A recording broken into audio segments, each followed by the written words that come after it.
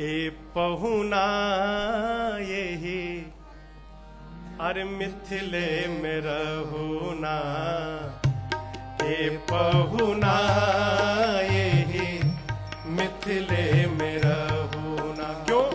जौने सुख बा ससुरारी में, जौने सुख बा ससुरारी में, तौने सुख बा कहूना, ए पहुना यही मिथिले में रहुना, ए पहुना यही मिथिले में रहुना।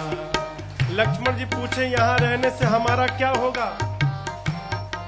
सखिया कहती आपका तो नहीं, लेकिन आपके भैया का बहुत फायदा होगा। क्या फायदा होगा? सखिया कहती हैं रोज सवेरे उबटन मल के इतर से नहवाइब हो, रोज सवेरे उबटन मल के इतर से नहवाइब। एक महीना के भीतर करिया से गोर बनाइब हो, एक महीना के भीतर करिया से गोर बनाइब। झूठ कहत ना बानी तनिको झूठ कहत ना बानी तनिको, मौका एगो देहुना, ए पहुना यही मिथिले में रहुना, ए पहुना यही मिथिले में रहुना।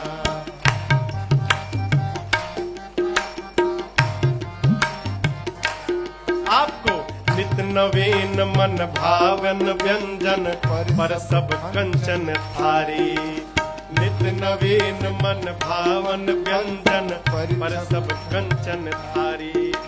स्वाद भूख बढ़ जाई सुनी सारी सरहज के गारी हो, स्वाद भूख बढ़ जाई सुन सारी सरहज के गारी।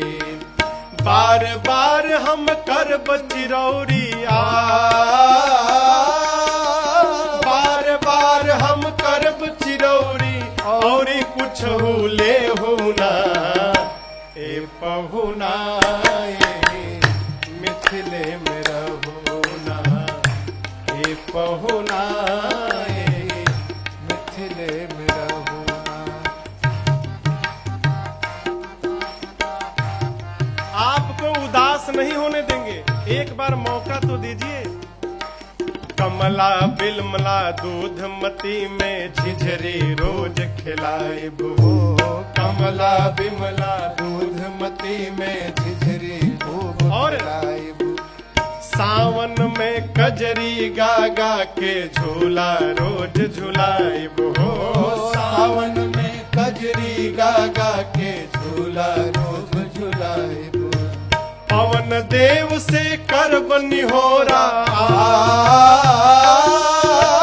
पवन देव से करब निहोरा, धीरे धीरे बहुना, ए पहुना यही मिथिले में रहुना, ए पहुना यही मिथिले में रहुना।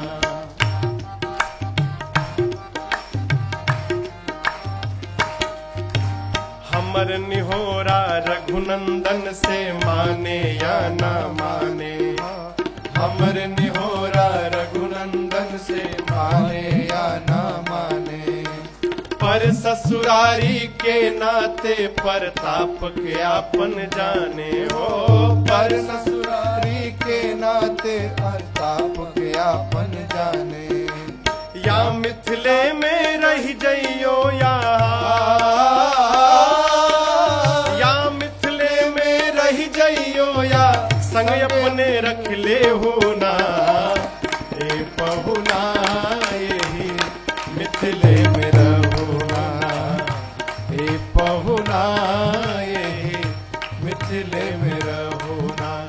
जो आनंद विदेह नगर में, जो आनंद विदेह नगर में, देह नगर में कहूँ ना,